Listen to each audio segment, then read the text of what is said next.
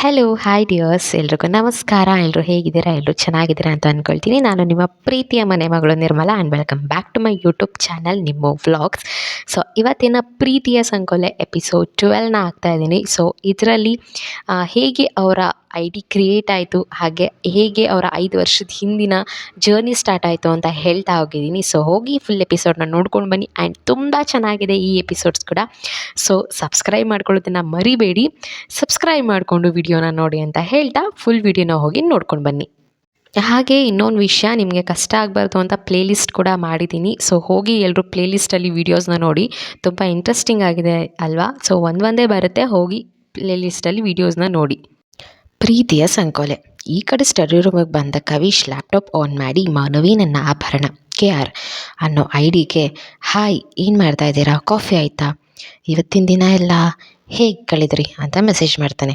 ಆಗನಿಂದ laptop ನೋಡ್ತಾ ಕೂತ ಕೀರ್ತಿಗೆ ನನ್ನ ಕವಿತೆಯೇ ನನ್ನ ಜೀವಾಳ KK ಐಡಿಯಿಂದ ಮೆಸೇಜ್ ನೋಡ್ತಿದ್ದಂಗೆ ಫುಲ್ ಖುಷಿಯಾಗಿ ಹಾಕ್ತಾಳೆ. ರಿಪ್ಲೈ ಫ್ರಮ್ ಕೀರ್ತಿ. ನಾನು ನಿಮ್ಮ ಮೆಸೇಜ್ಗೋಸ್ಕರನೇ ವೆಯ್ಟ್ ಮಾಡ್ತಾ ಇದ್ದೆ.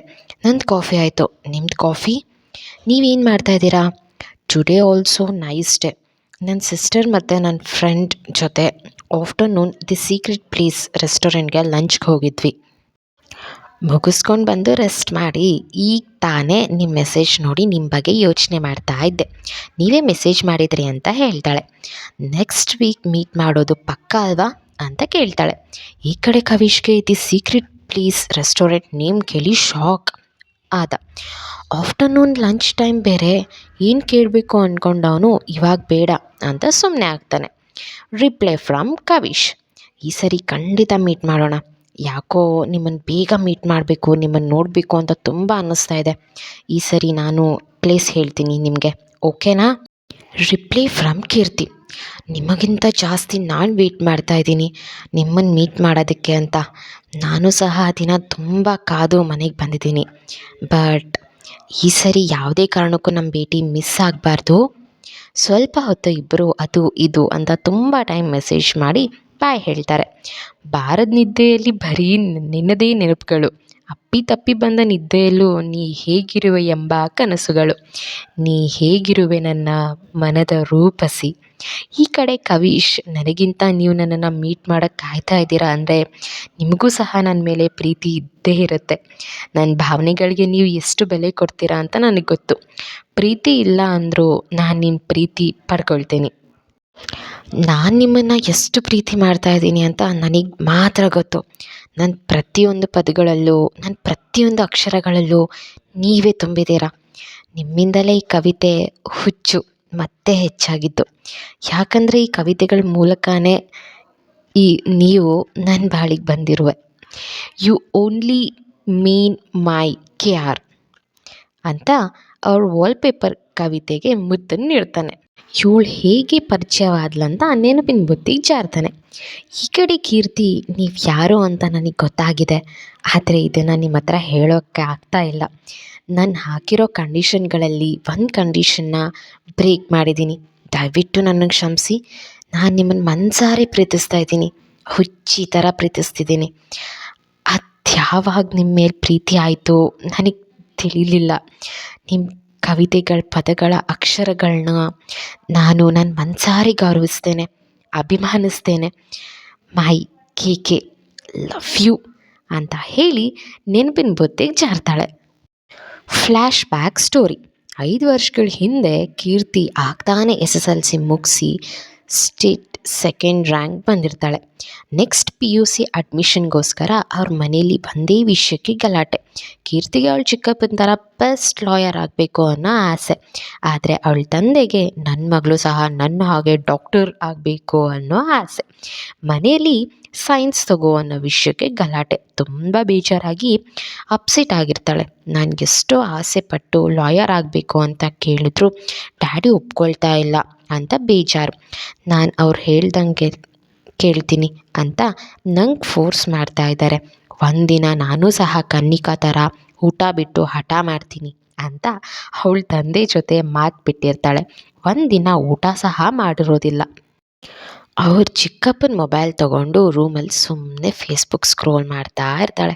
ಆಗ ಅವಳಿಗೆ ನನ್ನ ಕವಿತೆಯೇ ನನ್ನ ಜೀವಾಳ KK ಇಂದ ಒಂದು ಪೇಜ್ ಮೂಲಕ 2 ಕವಿತೆಗಳನ್ನ ನೋಡ್ತಾಳೆ. ಮೊದಲ ಕವಿತೆ: ಎದೆಯಲ್ಲಿ ಸಾವಿರ ನೋವುಗಳ ಅದಿಮಿಟ್ಟುಕೊಂಡು ಹೊತ್ತೊತ್ತಿಗೆ ಹಸಿವು ನೀಗಿಸಿದವನೇ ಅಪ್ಪ. ಮನದಲ್ಲಿ 100 ಭಾವನೆಗಳ ಹುದುಗಿಸಿಕೊಂಡು ಹೊತ್ತೊತ್ತಿಗೆ ಮಮತೆಯ ಧಾರೆ ಎರೆದವಳು ಅಮ್ಮ.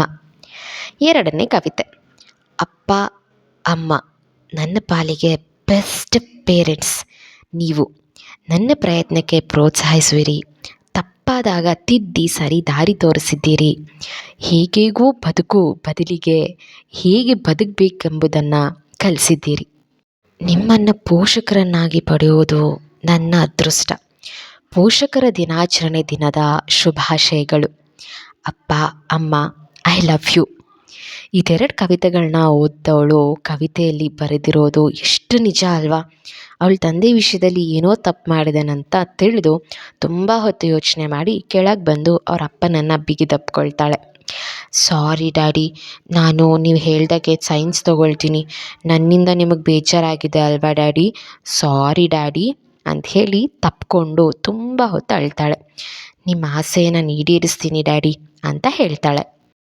ಅವರ ತಂದೆ ಅವಳನ್ನು ಸಮಾಧಾನ ಮಾಡಿ, ಇಲ್ಲ ಡಿಂಪು, ನಾನು ಸಹ ನಿನ್ನ ಆಸೆಗೆ ಬೆಲೆ ಕೊಡಬೇಕಾಗಿತ್ತು. ನನ್ನದು ಸಹ ನಿನ್ನ ವಿಷಯದಲ್ಲಿ ತಪ್ಪಿದೆ.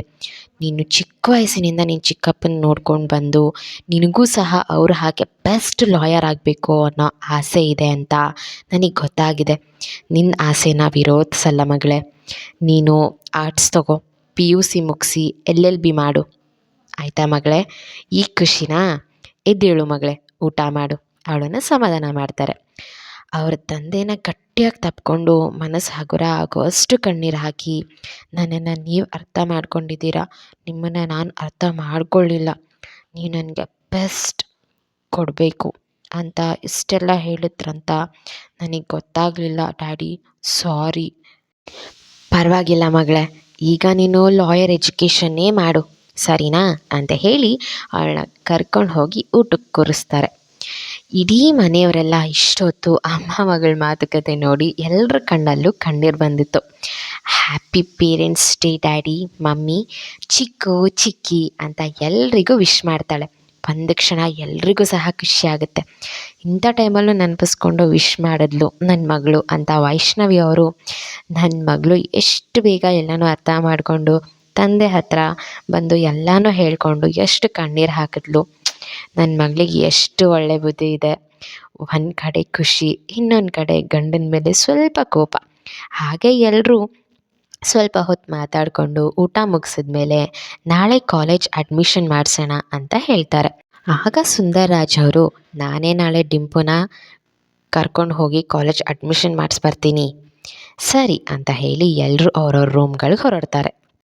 ಕೀರ್ತಿ ರೂಮಿಗೆ ಬಂದು ಮತ್ತೆ ಫೇಸ್ಬುಕ್ಕಲ್ಲಿ ಆ ಐಡಿಯಲ್ಲಿರೋ ಎಲ್ಲ ಕವಿತೆಗಳನ್ನ ಒಂದೊಂದಾಗಿ ಓದ್ತಾ ಇರ್ತಾಳೆ. ಆಗ ಅವ್ರ ಚಿಕ್ಕಪ್ಪ ಬಂದು, ಕೀರ್ತಿ ನನ್ನ ಫೋನ್ ಕೊಡಮ್ಮ.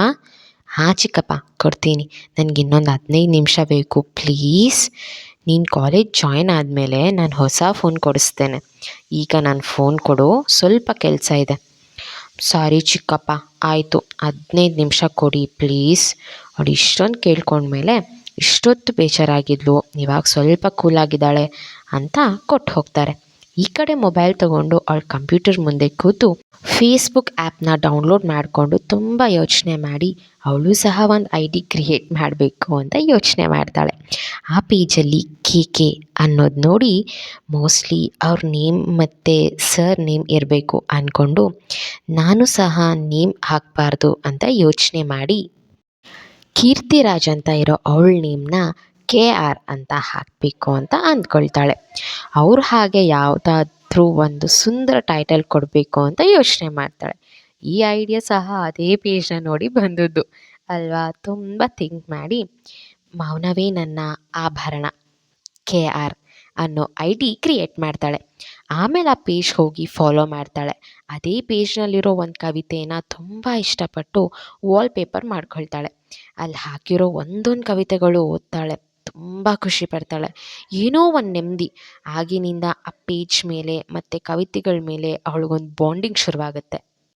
ಆಮೇಲೆ ಫೋನ್ ತೆಗೆದುಕೊಂಡು ಹೋಗಿ ಅವ್ರ ಚಿಕ್ಕಪ್ಪನಿಗೆ ಕೊಡ್ತಾಳೆ. ಆ ದಿನ ತುಂಬ ಖುಷಿಯಾಗಿ ಅವತ್ತು ನಿದ್ದೆ ಮಾಡ್ತಾಳೆ. ಅವಳು ಹಾಕಿರೋ ವಾಲ್‌ಪೇಪರ್ ಕವಿತೆ ಸಾಧನೆ ಇಲ್ಲದೆ ಸತ್ತರೆ ಸಾವಿಗೆ ಅವಮಾನ, ಆದರ್ಶ ಇಲ್ಲದ ಬದುಕಿಗೆ ಅವಮಾನ ಅಂತ ಒಂದು ಕವಿತೆ. ಇದು ಈ ರೀತಿ ಸ್ಟಾರ್ಟ್ ಆಗಿರುವಂಥ ಒಂದು ಬಾಂಡಿಂಗ್, ಹಾಗೆ ಇದು ಹೇಗೆ ಲವ್ ಆಗಿ ಕನ್ವರ್ಟ್ ಆಗುತ್ತೆ ಅಂತ ನೆಕ್ಸ್ಟ್ ಎಪಿಸೋಡಲ್ಲಿ ಹೇಳ್ತಾ ಹೋಗ್ತೀನಿ. ಸೊ ಇದು ಹೇಗೆ ತಿಳ್ಕೊಬೇಕು ಅಂದರೆ ನೀವು ನನ್ನ ಎಪಿಸೋಡ್ಸ್ನ ಕೇಳಲೇಬೇಕು. ಸೊ ಸಬ್ಸ್ಕ್ರೈಬ್ ಮಾಡಿಕೊಂಡು ವೀಡಿಯೋಸ್ನ ನೋಡಿ ಅಂತ ಹೇಳ್ತಾ, ಲವ್ ಯು ಆಲ್, ಬಾಯ್.